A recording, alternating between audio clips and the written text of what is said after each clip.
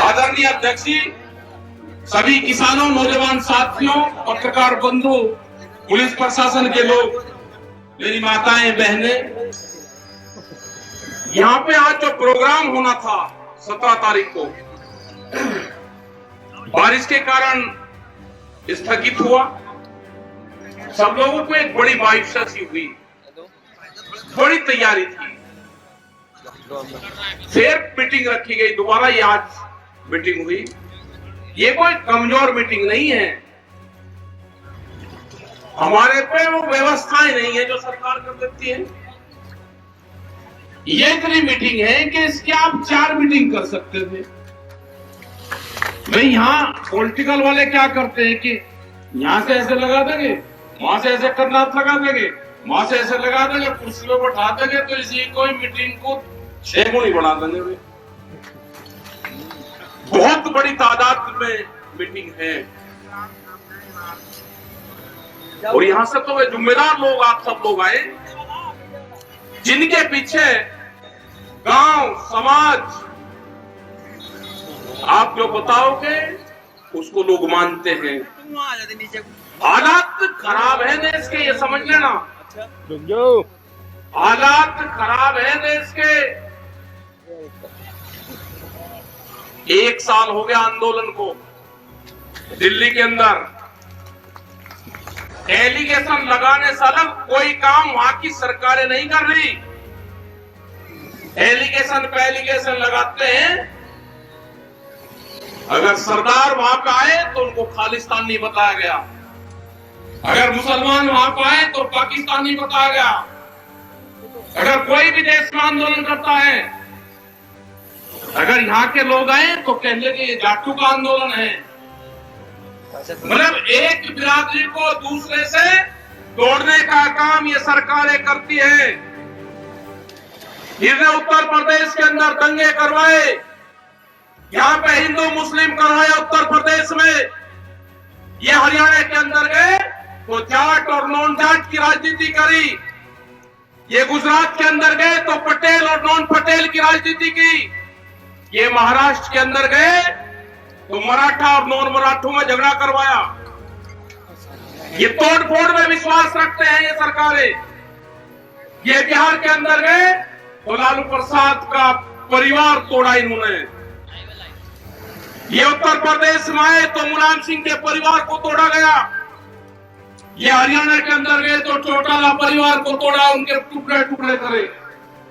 ये आरएसएस के लोग अगर किसी परिवार में बटेंगे, अगर 4 भाई होंगे तो उसमें तोड़ फोड़ करेंगे। इनसे बच के रहना, इनसे खतरनाक आदमी नहीं हो सकता। अभी नई भर्ती चल रही है, जो मेरे नौजवान पढ़े लिखे हैं, आईएएस पढ़ लिख के बहुत लोग सुनते हैं कि मेरा लड़का कलेक्टर बनेगा। अब नहीं बनेगा कलेक्टर। नए आईएएस भर्ती कर रहे हैं, बगैर पेपर के आईएएस बनेंगे देश में। करीब 40 के आसपास बना दिए गए और 350 से ज्यादा और बनेंगे। जितनी भी नौकरियां हैं, अगर उन्होंने आरएसएस के ट्रेनिंग कर रखी है तो वो आदमी वहां पर नौकरी पे जाएगा। इन मंत्रियों की इनकी कोई हैसियत नहीं है। उनके घर पे जितने भी दिल्ली उत्तर प्रदेश में जहां जहां इनकी सरकारें हैं, एक मंत्री के घर पे नागपुर से आदमी तय होता है कि वो तुम्हारे घर में रहेगा। उसके खाने पीने का इंतजाम करोगे, तुम्हारे ऑफिस में एक अलग से आदमी रहेगा। किसी मंत्री की हिम्मत ये नहीं है कि वो कोई सिफारिश और कोई फोन भी कर दे। जिन्होंने अपने ही पार्टी के लोगों को घरों में बंद कर दिया हो, कहां है लाल कृष्ण आडवाणी, कहां है मुरली मनोहर जोशी? उनसे बयान दिलवाओ। जिसने पूरे मीडिया के ऊपर हुकूमत ने कब्जा कर लिया हो, कैमरा और कलम पे बंदूक का पहरा हो, उस देश में कुछ नहीं हो सकता।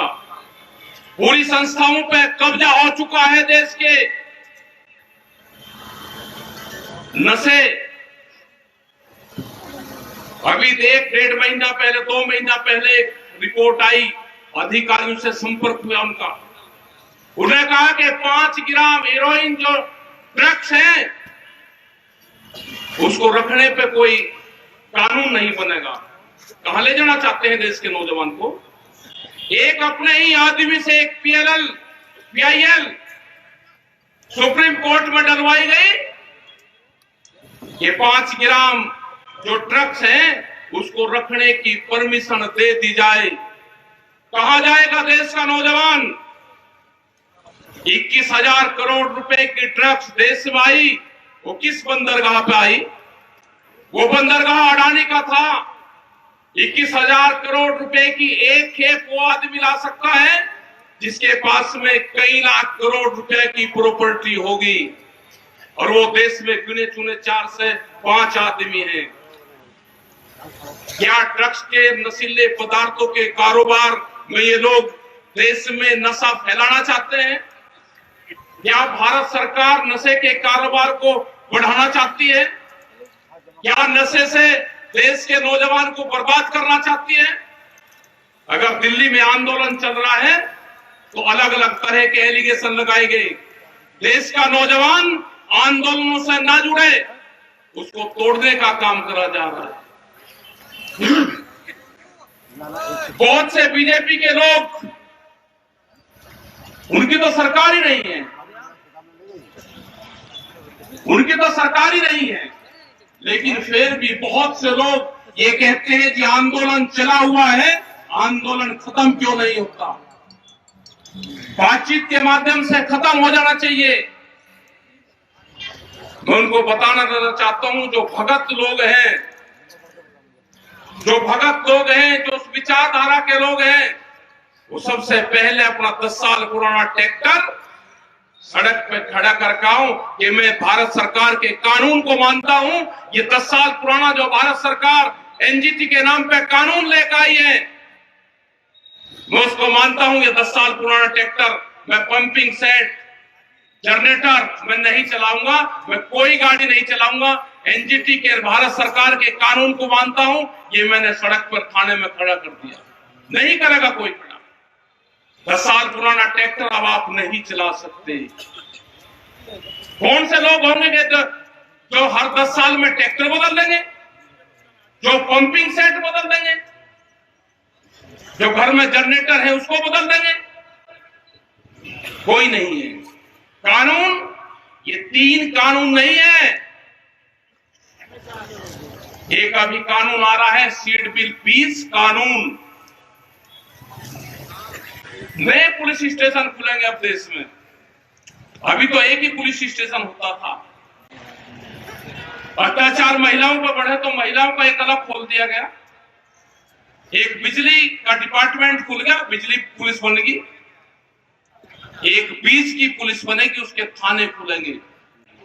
जिस आदमी ने खेत में क्या चीज बोई, वो किस कंपनी से उसने बीज खरीदा, अगर वो सबूत नहीं देगा, कोई कंपनी उसके ऊपर मुकदमा करेगी तो जुर्माना और सजा दोनों उसमें है। बिजली अमेंडमेंट बिल 2020, अगर किसी के घर में 2 पशु होंगे तो उसको कॉमर्शियल कनेक्शन लेना पड़ेगा। ये है कानून। मंडी एक्ट, मंडी से बाहर खरीद होगी, ये कानून है। यहां से पूरा हरियाणा में, पंजाब में जो सेलर हैं वो सस्ते में धान, गेहूं, बाजरा ये चीजें खरीदते हैं, उनको स्टॉक करते हैं, मंडी के बाहर खरीद करते हैं।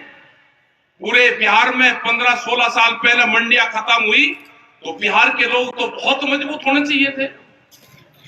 बिहार में धान आज 800 रुपया क्विंटल बिकता है। जो आज भी गेहूं है वो 1400 रुपए का उसका भाव है। बाजरे का 1100 रुपए भाव है। सरसों जब किसान के पास में थी तो 4500 रुपए क्विंटल बिकी। आज उसका तेल का भाव क्या है? ये आंदोलन उन गरीब आदमी के लिए भी है जिनके पास में रोटी का जुगाड़ नहीं। ये आंदोलन उसका है कि रोटी बाजार की वस्तु ना बने, रोटी जरूरत की चीज है। आपके ही KFC, मैकडोनाल्ड, ये कंपनियां होंगी। आप अगर इनसे पूछोगे कि शाम को आपका बचा हुआ भोजन कहां जाता है, जब इनकी क्लोजिंग 8 और 9, 10 बजे होती है, तो अगर एक पैकेट खुल गया और उसमें 4 गुलाब जामुन है, 2 गुलाब जामुन की बिलिंग होगी, पर्ची कटगी और 2 उसमें बचगी। जब शाम को क्लोजिंग दरवाजा बंद करते हैं तो हमने उनसे पूछा, भाई बचा हुआ सामान आप कहां देते हो? उन्होंने कहा जो डस्टबिन में, कूड़े में वे डालते हैं, कैमरे के सामने डालेंगे। अपने नौकर जो कर्मचारी उनके वहां पे काम करता है उसको भी 2 गुलाब जामुन में नहीं दे सकते। ये फूड चेन की कंपनियां हैं। ये भोजन पे जिनका जो अधिकार जमाना चाहते हैं कंपनी, जो अनाज पे अधिकार जमाना चाहते हैं, जिन्होंने बड़े बड़े गोदाम देश में बनाए, जो रोटियों को तिजोरी में बंद करना चाहते हैं, ये उसका आंदोलन है। और ये आंदोलन, ये सरकार कान खोल कर सुन ले, ये सरकार, ये आंदोलन जब तक कानून वापसी नहीं होंगे, ये आंदोलन खत्म नहीं होगा। गलत फहमी में मत रहना।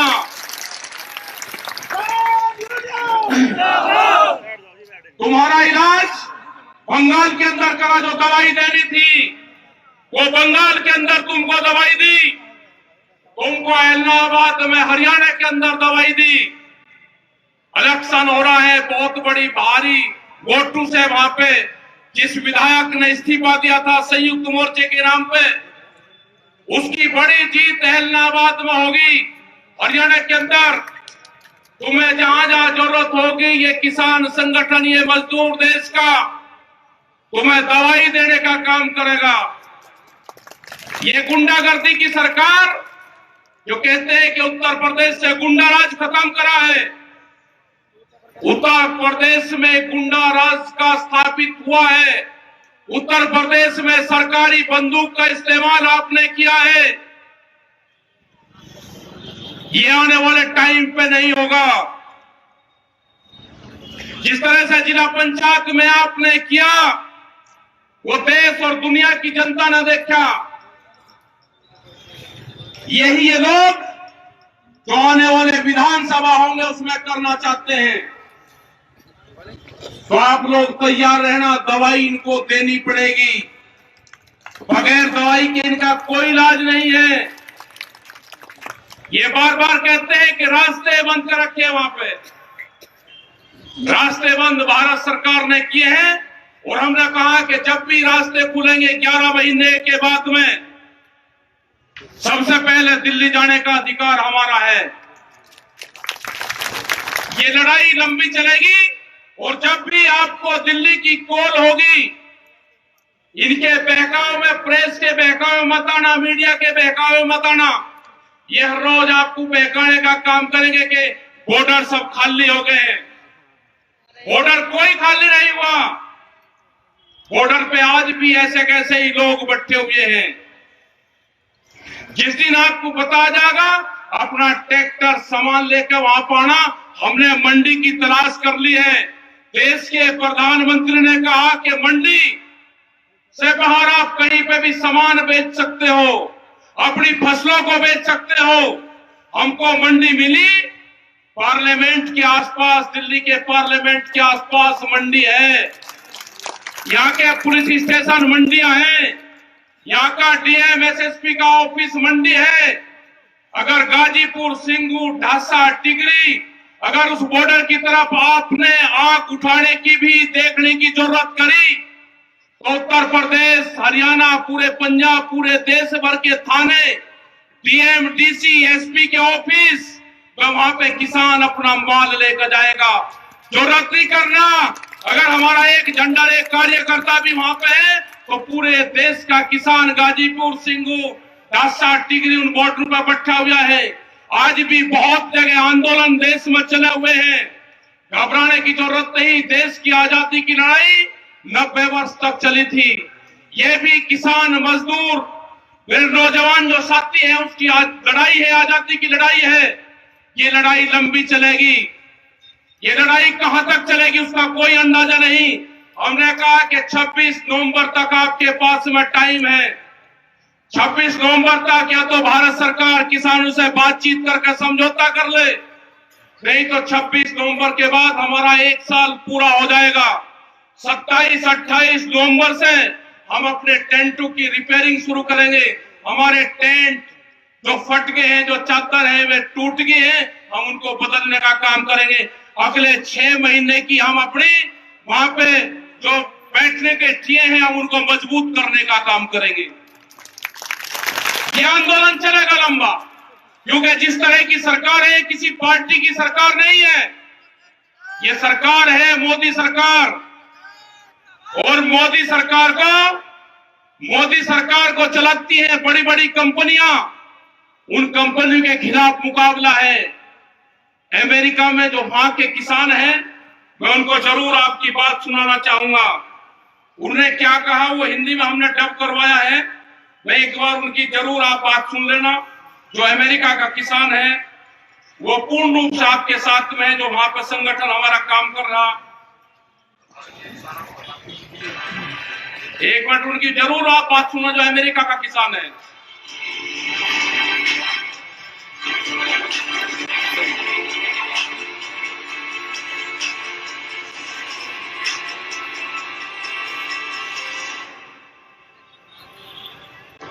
मेरा नाम मिस्टर डेविस है। मैं मिसौरी का एक रिटायर्ड फौजी और किसान हूँ। मैं भारतीय किसानों को बताना चाहूंगा कि मुझे उन पर बहुत फक्र है।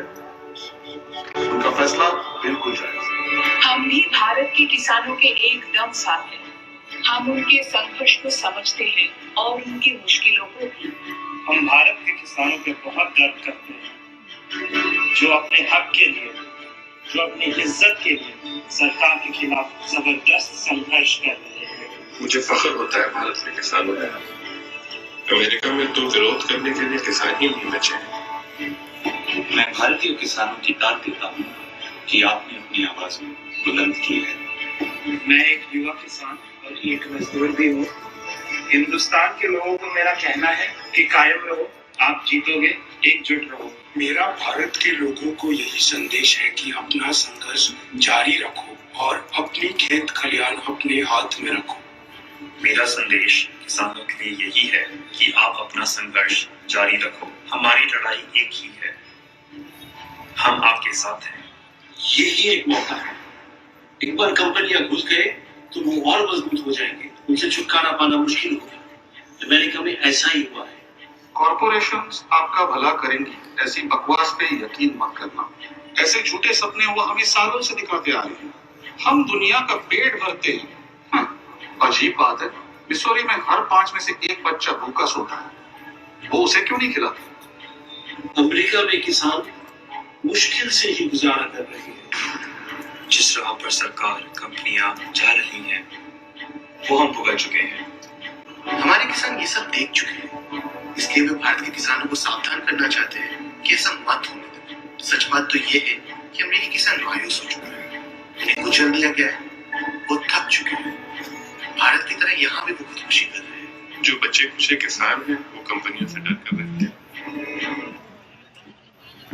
ये अमेरिका के किसान थे जिनका ऑडियो जो इंग्लिश में था वो हिंदी में डब करवाया गया, वो सुनाया गया।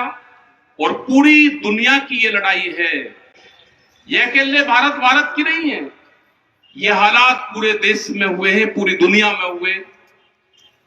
जो बड़ी कंपनियां हैं उन्होंने कहा कि सोने पे व्यापार नहीं करना, अब मोबाइल पे व्यापार बहुत हो गया, अब भूख के ऊपर व्यापार करना है। भूख 1 साल में आदमी को 700 बार लगती है, और सुनना जो महिलाएं पहनती हैं वो 1 साल में 17 बार पहनती है। तो भूख पे व्यापार करने का इन बड़ी कंपनियों ने ठान लिया है। आपकी जमीनें जाएंगी, ये इसमें नहीं लिखा हुआ है कॉन्ट्रैक्ट में, लेकिन जो हालात बने हुए हैं, फसलें हम दिन के उजाले में भी नहीं बेच पाते, और जमीनें हम रात को भी अगर पैनामा करना चाहें तो जमीनें हमारी बिकती है। अपनी जमीन बचानी है, अपनी फसल और नस्ल बचानी है, तो इस आंदोलन का हिस्सा बनो। अगर ये आंदोलन फेल होगा तो आने वाले टाइम पे नहीं कि कोई दूसरा आंदोलन कोई खड़ा हो जाएगा।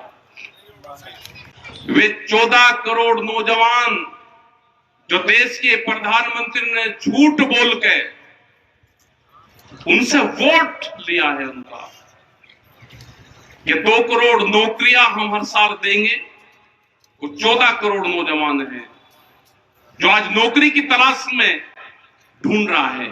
उनको तो मिली नहीं, लेकिन जिनकी नौकरियां थी वो भी बहुत नौकरियां गई। बहुत से संस्थान देश के बिखरे हैं, रेलवे, टेलीफोन, LIC, बहुत से संस्थान, समुद्र के किनारे रेलवे की खाली जमीनें, मंडियां, मध्य प्रदेश की 182 मंडियां बेच रही अभी। उत्तर प्रदेश में भी जो मंडियां हैं उनकी जो खाली जगह है उनको भी बेचने का काम करेंगे। आपके यहाँ पे सड़कें बन गई। अब कोई भी आदमी NH नेशनल हाईवे के पास में गुमटी लगा के चाय नहीं बेच सकता। वो कानून आ गया देश में। उसको पेट्रोल पंप की तरह लाइसेंस लेना पड़ेगा और उसने काम करना है। तो ये बहुत से कानून आ रहे हैं, इसका अगर विरोध करना, इस मोदी सरकार का अगर विरोध करना है तो आपको एक नजर अपने खेत पर रखनी पड़ेगी और दूसरी नजर दिल्ली के आंदोलन पर रखनी पड़ेगी। वहां लगे हुए हैं, कल भी हंगामा चला के बैरिकेटिंग खोल रहे हैं। बैरिकेटिंग खोल ले, हमने एम्बुलेंस को जाने दिया जो भी वहां पे गाड़ियां आ रही है, लेकिन अपने पक्के टेंट भारत सरकार ने अपनी सीमा में लगा रखे हैं। वे अपनी सीमा से टेंट हटाएंगे तो हमारा भी दिल्ली जाने का रास्ता साफ होगा। एक भी गाड़ी, ये प्रेस के लोग हैं, हम एम्बुलेंस दूसरी गाड़ियां निकलवाते हैं, लेकिन अगर एक भी गाड़ी झंडा लगी किसानों की एक कार भी जाती है तो वह दिल्ली में प्रवेश नहीं कर पाती। ये कैसे बॉर्डर खुले हैं? ये पूर्ण रूप से देश के किसानों को, देश की जनता को भ्रमित कर रहे हैं। हम चाहते हैं कि बॉर्डर खुले, हम लोग भी पार्लियामेंट के आसपास, दिल्ली के मॉल के आसपास अपनी फसलों को बेच सकें, अपनी बात भारत सरकार को कह सके। हम भी जाना चाहते हैं। अगर बॉर्डर खुलेंगे तो सबसे पहले प्रभावित लोग ये देश का किसान है, जो पिछले 11 महीने से दिल्ली के दरवाजे पर बैठा हुआ है कि दिल्ली की बादशाह कब अपना दरवाजा खोलेगी और हम दिल्ली के अंदर एंट्री करेंगे। अपना ध्यान रखना, आपकी पंचायत बहुत मजबूत पंचायत आपकी हुई, इस पर हमेशा ध्यान रखो, इन पे कायम रहो। और विजयपाल सिंह जी ने, सब लोगों ने, यहाँ की पूरी कमेटी ने, अध्यक्ष जी ने, जितने भी लोग यहाँ पे हैं, इन्होंने सबने बहुत यहाँ पे मेहनत करी। हताश होने की कोई जरूरत नहीं है। अपने ट्रैक्टर का मुंह दिल्ली की तरफ करवा कर रखना, इनकी हिम्मत नहीं कि आपको रोक सके। आपका धन्यवाद। जय हिंद।